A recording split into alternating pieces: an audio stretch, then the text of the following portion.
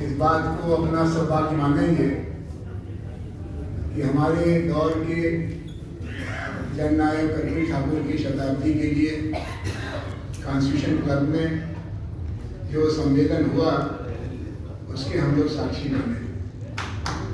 और हम लोग के लिए खासतौर पर जो लोग 65, 70, 75 साल की उम्र वाले हैं, आज ये भी फख्र की बात है कि हम लोगों ने अपने विद्यार्थी जीवन में, अपनी जवानी के दिनों में जिन नेताओं के पीछे अपना समय लगाया, जिनके कदम को देख के अपना कदम बढ़ाया, उसमें कर्पूरी ठाकुर जैसा जननायक भी था।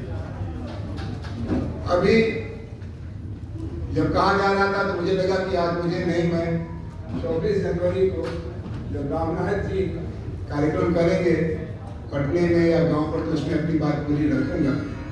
लेकिन अगर कर्पूरी जी के गुणों की चर्चा करनी हो,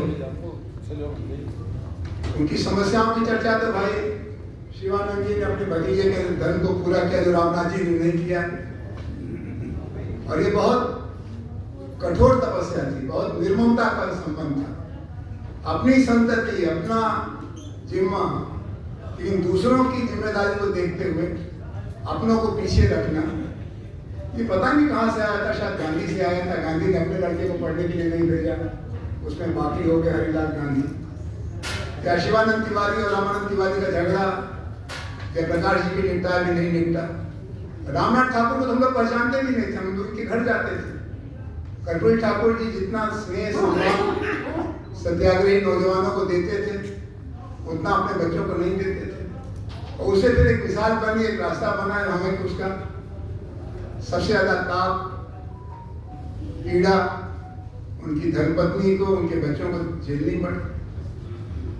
लेकिन अगर कर्पूरी ठाकुर के बारे में समाजशास्त्र के विद्यार्थी के नाते आप देखें तो समाजवादी आंदोलन की अगली कतार के नेता थे, खाली नेता नहीं थे। हम लोग को याद है कि जब प्रजा सोशलिस्ट पार्टी अपनी दिशा भटक रही थी तो जिन लोगों ने आगे बढ़कर के लोहिया की पांव पकड़ी, उसमें दो नायक इतिहास में दर्ज है, कर्पूरी ठाकुर, रामानंद तिवारी। बाकी सारी प्रजा सोशलिस्ट पार्टी को याद करें।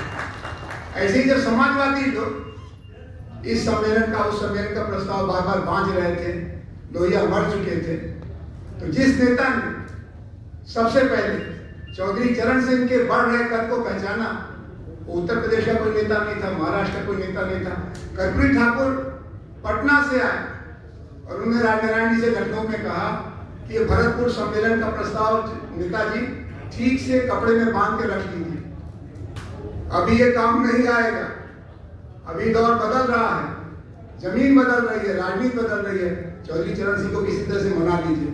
और राजनारायण जी चौधरी चरण को उस जमाने में चौधरी चेयर सिंह कहा करते थे। तो चेयर सिंह से फिर किसान नेता का पद स्वीकारने में कर्पूरी ठाकुर आगे चले। और इसी कॉन्स्टिट्यूशन क्लब में जब मौलिकर हॉल में मीटिंग हुई तो सबसे स्पष्ट, बाकी सब समाजवादी थोड़ा लड़खड़ा रहे थे अपनी बात कहने में, क्योंकि उसमें पीलू मोदी भी थे, बलराज मधोक भी थे, लोकदल बन रहा था।